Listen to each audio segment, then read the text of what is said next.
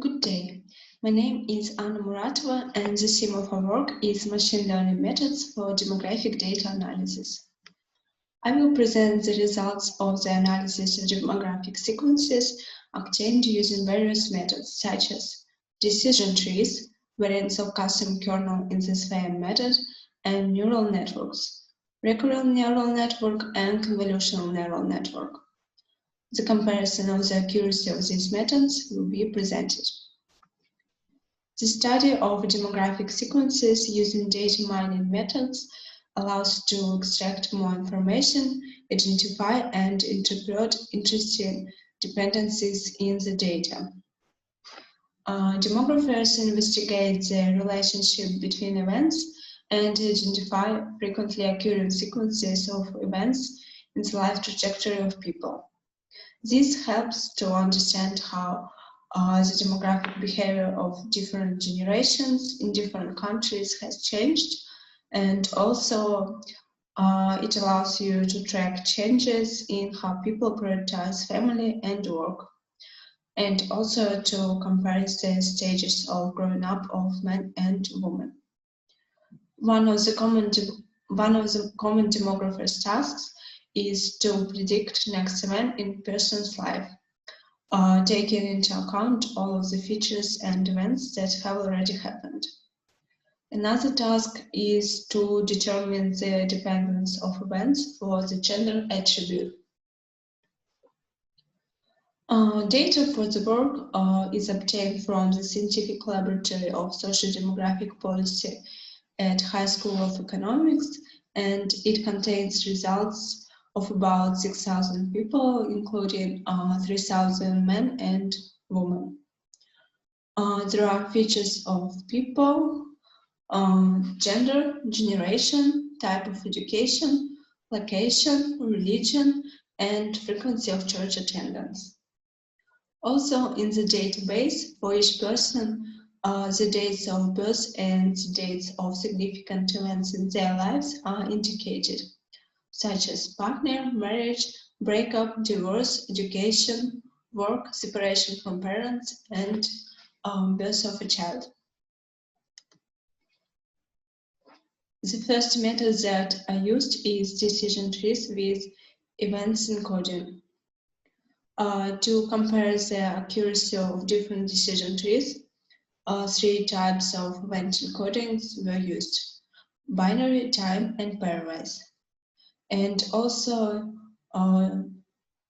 different types of these encodings together. First encoding is binary with value 1 if event has happened in the person's life, and 0 if event hasn't happened yet.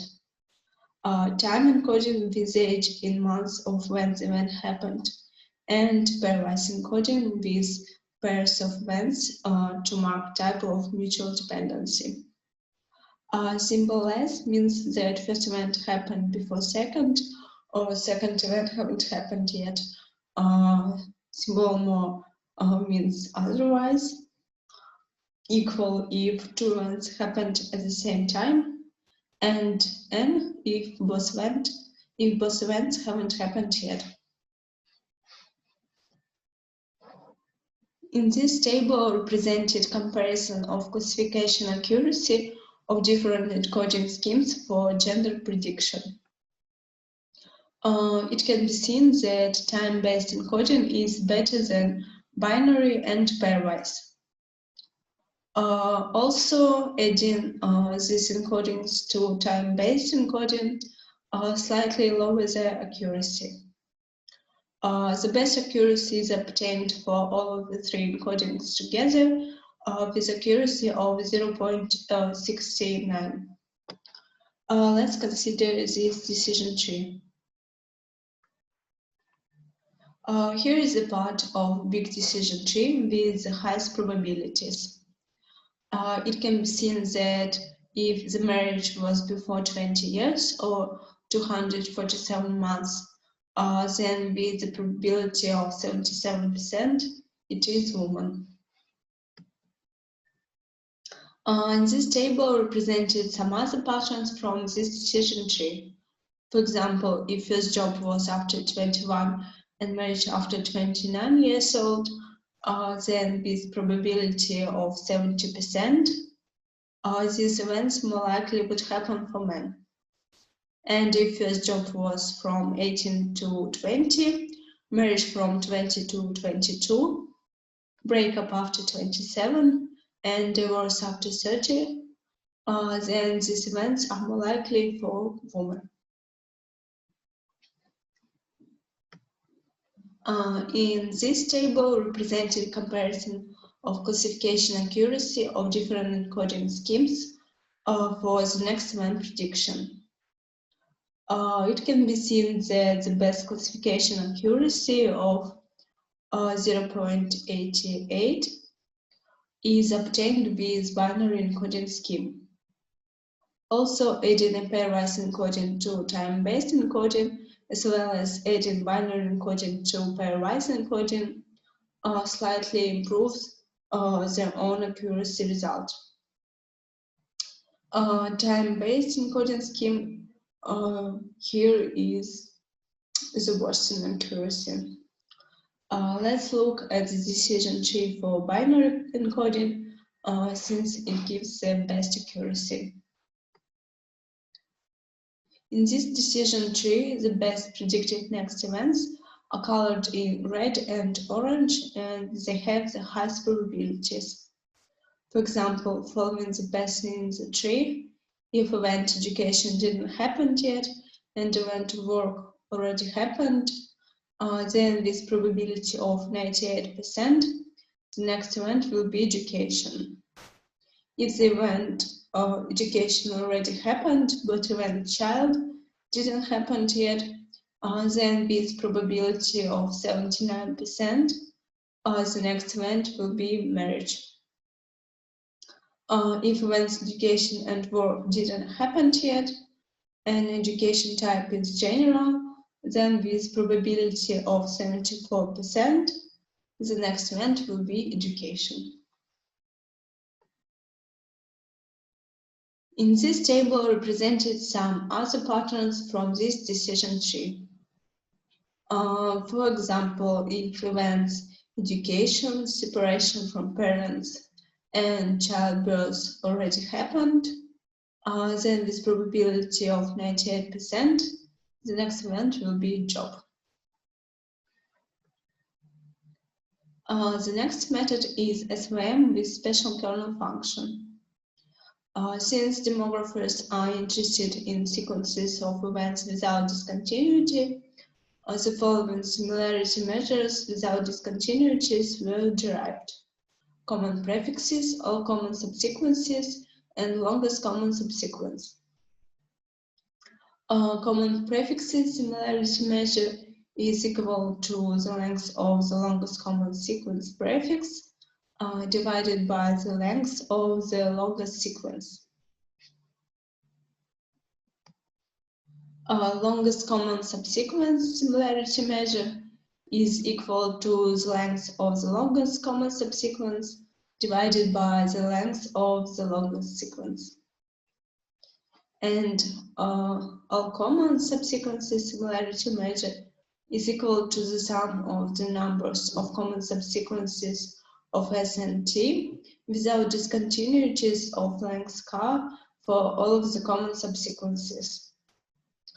Then the sum is multiplied by 2 and divided by L multiplied by L plus 1, where L is the maximum length of the sequences.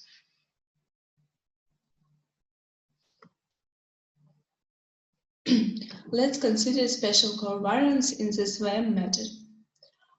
We will combine two methods of classification by sequences using special kernel functions based on sequence similarity measures without discontinuity, common prefix, all common subsequences, and longest common subsequences, and by features using SVM method with default parameters.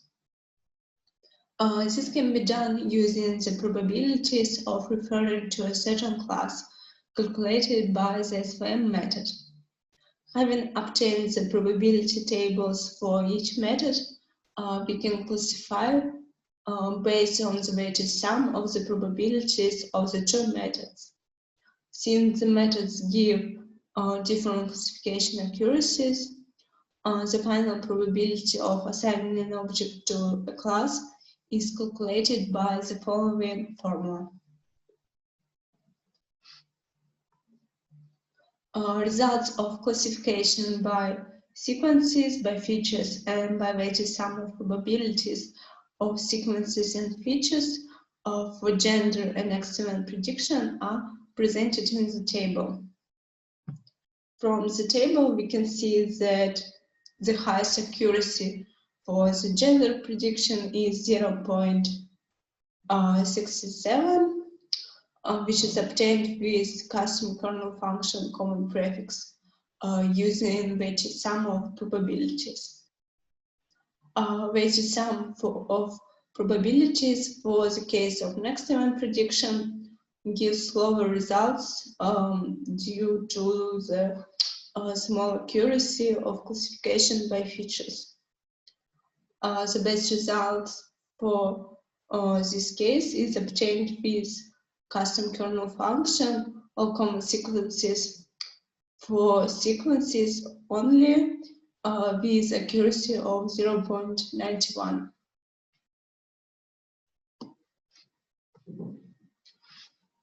Another possible method of classification by sequences is by transforming each sequence to the feature.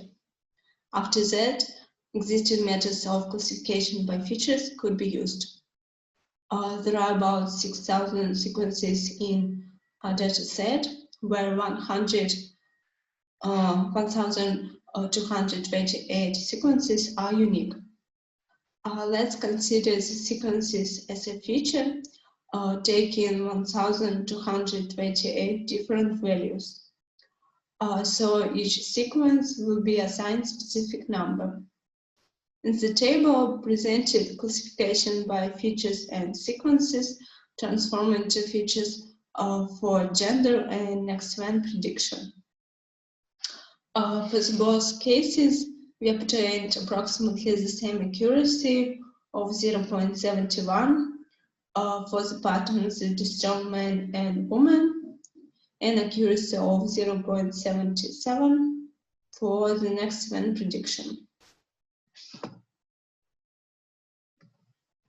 Now let's look at the neural network model. Classification was performed using recurrent neural networks from Keras and TensorFlow software. Keras is used to describe the structure of a neural network as an add-on over the TensorFlow software, which performs the simulation of the neural network. The simulation was performed on the GPU. Recurrent neural network allows us to reveal regularities in sequences.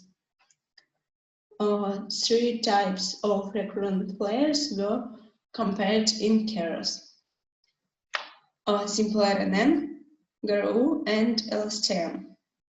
GRU and LSTM, in comparison with simple RNN, have more complex algorithms for detecting regularities. However, on sequences in the demographic data, because of their small lengths, LSTM and GRU didn't show any advantage in classification of a simple RNN. At the same time, the simulation time for GRU and LSTM was several times longer. Therefore, for classification by sequences together with features for gender and next event prediction, only simple RNN algorithm was used. The result is shown in the table. Accuracy of 0.75 was obtained for the gender prediction, and accuracy of 0.93 for the next event prediction. These accuracy results are higher than the previous methods, decision tree and SVM.